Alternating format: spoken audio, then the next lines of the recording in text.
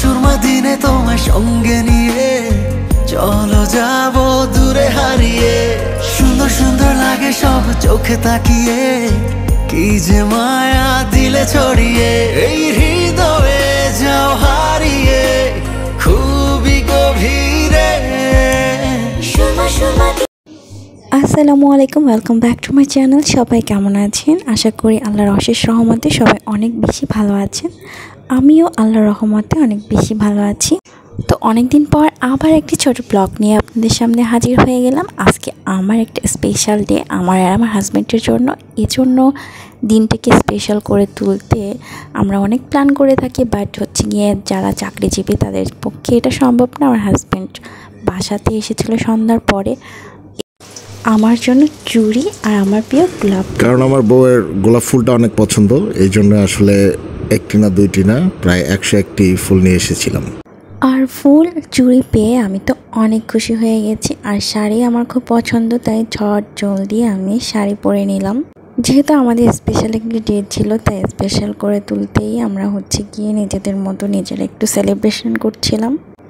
তো সন্ধ্যাবেলায় হালকা নাস্তা করে নিলাম, বেশি কিছু ছিল না, অল্পর মধ্যেই আমরা হালকা নাস্তা করে নিয়েছিলাম। এরপর ও যে ফুলগুলো এনেছিল, যেহেতু আমার ফুল পছন্দ তাই ফুলগুলোকে আমি একদম নষ্ট করতে চাইনি, তাই পানিতে একদম ভিজিয়ে রাখতে চেয়েছিলাম।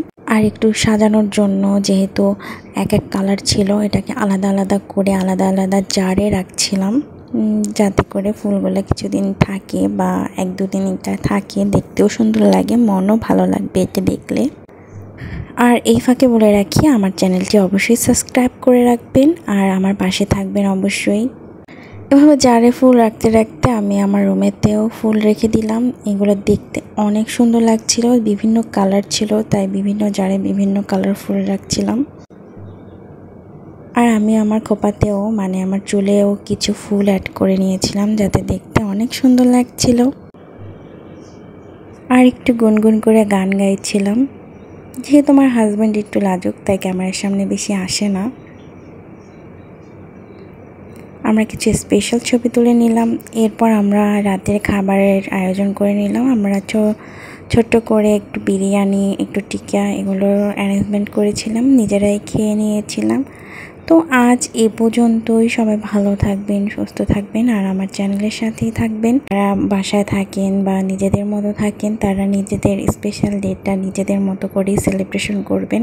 সবসময় বাইরে যাওয়া না হলেও বাসাতে তাদের যে কোনো মানুষের ডেটা অনেক ভালো মতো সেলিব্রেশন করা উচিত, কারণ জীবন একটাই।